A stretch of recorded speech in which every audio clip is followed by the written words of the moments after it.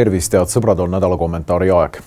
Viimasel paaril nädalal on Objektiivis olnud palju juttu iseseisvusest.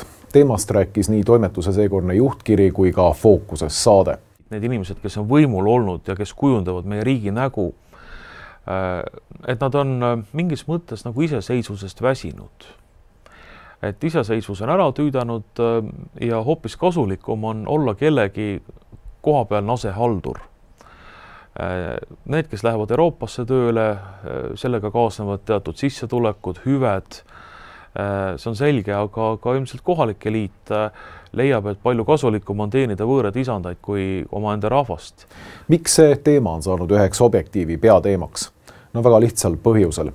Kui ladvikus tekib iseseisvusväsimus või pole iseseisvuse iha innukamatel internatsionalistidel eales olnudki, toob sellise kaadriga riigiametite, poliitiliste ja diplomaatiliste ladvikute mehitamine iseseisvust teesklevale ja mängivale riigile kaasa katastrofaalsed järelmid pea kõikidel ühiskonna elualadel, majandusest kultuurini. Me kõik oleme parasjagu nende järelmite tunnistajaks. Veel traagilisemaks teeb aga olukorra kitsaskohti analüüsiva ühiskondliku mõtte hägustumine ja üksikjuhtumite ning bürokraatlike tähelepanekute tasandile laskumine. Ühiskondlikus mõttes on esiteks kaduma läinud generalism ehk võime näha probleeme üldisel ja terviklikul viisil ning teiseks võime taandada probleeme baasprintsiipide tasandile. Iseseisvus ja selle mahamängimine pakub teemana kõike eelnevat. No toome ühe näite majanduspoliitikast.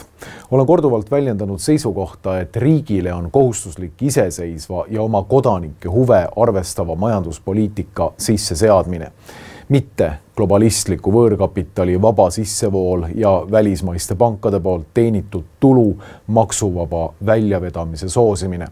Selline mõtlemine kuulub olemuslikult iseseisva riigi majanduspoliitikasse ja selle ABC paneb paika juba Aristoteles oma poliitika esimeses peatükis, kus linnriigi ehk poolise esmaseks ülesandeks on saavutada võimalikult suur sõltumatus välistest toorainetest ja maaviljelustoodetest. Neid tooteid tuleb hankida ise ja võimalusel toota ise.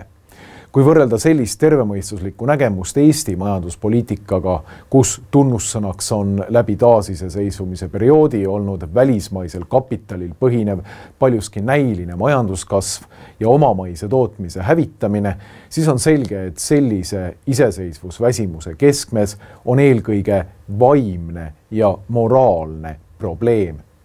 Sellise olukorra tingivad pahed nagu argus, hoolimatus, orjameelsus, minnalaskmine ja oma kasu. Nii nagu Heideggeri parafraseerides pole tehnika olemuses midagi tehnilist, nii pole ka majanduse olemuses midagi majanduslikku. Tehnika olemuses laotab ennast tehnikana valla oleva üks võimalik tasand. Majanduse ja selle erinevate mudelite keskmes peidab ennast aga inimese olemisviis, mille juured on moraalsed ja vaimsed ehk mittemateriaalsed. Majandus ja riiklik korraldus on selle olemisviisi väljendus ja lahti laotumine ühiskondlikul tasandil. Majandus ja ühiskonnaelu keskmes elab moraalsete väärtuste tuumik, mis tingib väliste majandusmudelite kuju, vormi, seadused ja ideaalid. Ent moraalsete väärtuste tuumik on omakorda väliskeha selle keskmesse paigutuvale olemisviisile, mida mul on kiusatus pidada olemuslikuks, substantsiaalseks. Kes on inimene? Kuidas ma ennast näen? Kes ma olen? Ja mille nimel ma elan ja olen?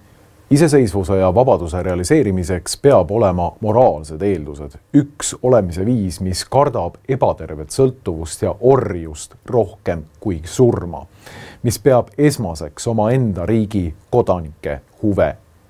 Iseseisvuse eelduseks on julge, iseseisva, vabadust ihkava, sirgeselgse, väärika, ohvrimeelse, traditsioone ja oma rahva pärandit hindava ning orjapärandist vaba mentaliteedi loomine.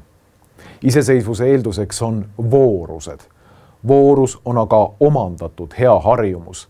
Voorus on inimese teine loomus. Vooruslik inimene käitub vooruslikult, kuna tema olemisviis ehk tema loomus ei luba tal teisiti teha.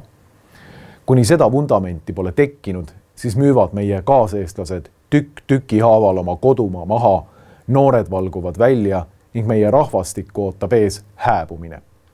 Kuni pole aru saama, et meie majanduslike ja sotsiaalsete probleemide juured peituvad moraalses ja mentaalses hoiakus, on kõik tühine. Seetõttu räägime ka meie siin Objektiivis iseseisvuse ja selle eelduseks olevate vooruste hädavajalikkusest päevast päeva ja ikka edasi, sest ilma iseseisvuse aluseks oleva olemisviisi omaks võtuta kukub see riik lihtsalt kokku või võtavad selle üle teised rahvad, kes oskavad oma vabadust paremini hinnata, kui meie seda oma taasiseseisvumisest alates oleme teinud. Mina olen Markus Järvi, Objektiivi toimetaja.